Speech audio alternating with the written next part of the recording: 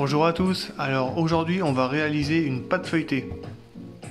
Vous pouvez diviser la quantité par 3 ou 4 parce que là j'ai fait une quantité pour plusieurs tartes.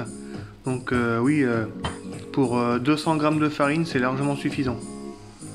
On commence par fondre 75 g de beurre. Alors dans la cuve de mon batteur j'ai mis 750 g de farine et 15 g de sel. Quand mon beurre a fondu, je vais pouvoir ajouter de l'eau dedans. Donc je vais rajouter 380 g d'eau, froide de préférence. Je verse mon liquide dans ma cuve de batteur et je vais mettre à pétrir pendant à peu près 5 minutes. En première vitesse.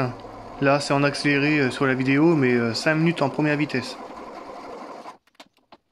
Je retire ma pâte de la cuve, je vais la poser sur mon plan de travail, dans la farine et je vais le bouler. Et avec un couteau, je vais faire 2 incisions en forme de croix pour que la pâte se détende. Je la protège avec un film et maintenant on va aplatir le beurre. A l'aide de mon rouleau, je vais aplatir le beurre. Donc ici on en a 525 g et on va lui donner une forme carrée. Quand le beurre est assez aplati, vous allez pouvoir le ranger au réfrigérateur et on va pouvoir commencer à tourer la pâte. Je fleure mon plan de travail avec de la farine, je vais y déposer ma pâte et je vais lui donner une forme carrée. Alors pour le placement du beurre, on va le mettre en forme de losange au milieu. Donc je vais vous faire un schéma pour que vous compreniez plus facilement. Et on va rabattre la pâte de chaque côté du carré de beurre, de façon à ce que ça fasse comme une enveloppe.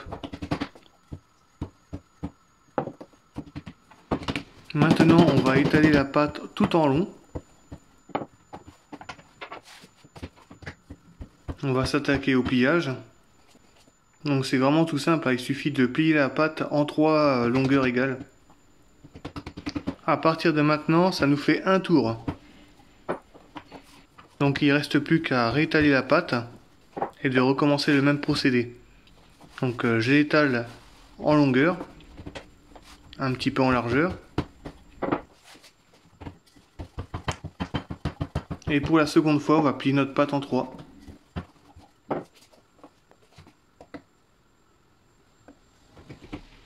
La pâte est pliée, à partir de ce moment-là, on peut considérer qu'elle a 2 tours. Donc 2 tours, je mets 2 traces de doigts sur ma pâte et je vais la mettre au réfrigérateur pendant une demi-heure pour qu'elle refroidisse un peu et qu'elle durcisse.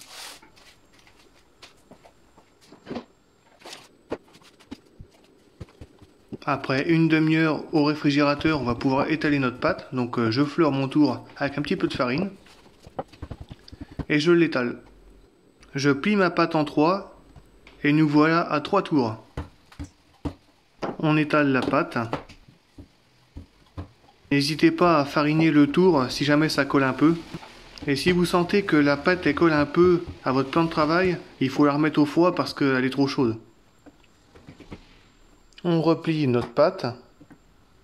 On va marquer notre pâte feuilletée avec 4 traces puisque ça fait 4 tours. Et on va la mettre au réfrigérateur. Donc là on est au 4e tour. Donc j'étale la pâte encore. Et je vais plier ma pâte pour la 5e fois. On réitère le procédé. On étale la pâte et on la plie en 3. À partir de maintenant, la pâte feuilletée est prête car on lui a mis 6 tours. Du coup, si vous voulez faire une tarte, il vous suffit simplement d'étaler la pâte et puis de couper un cercle et de l'incorporer dans votre moule. N'hésitez pas en commentaire à me dire si la recette vous a plu, merci.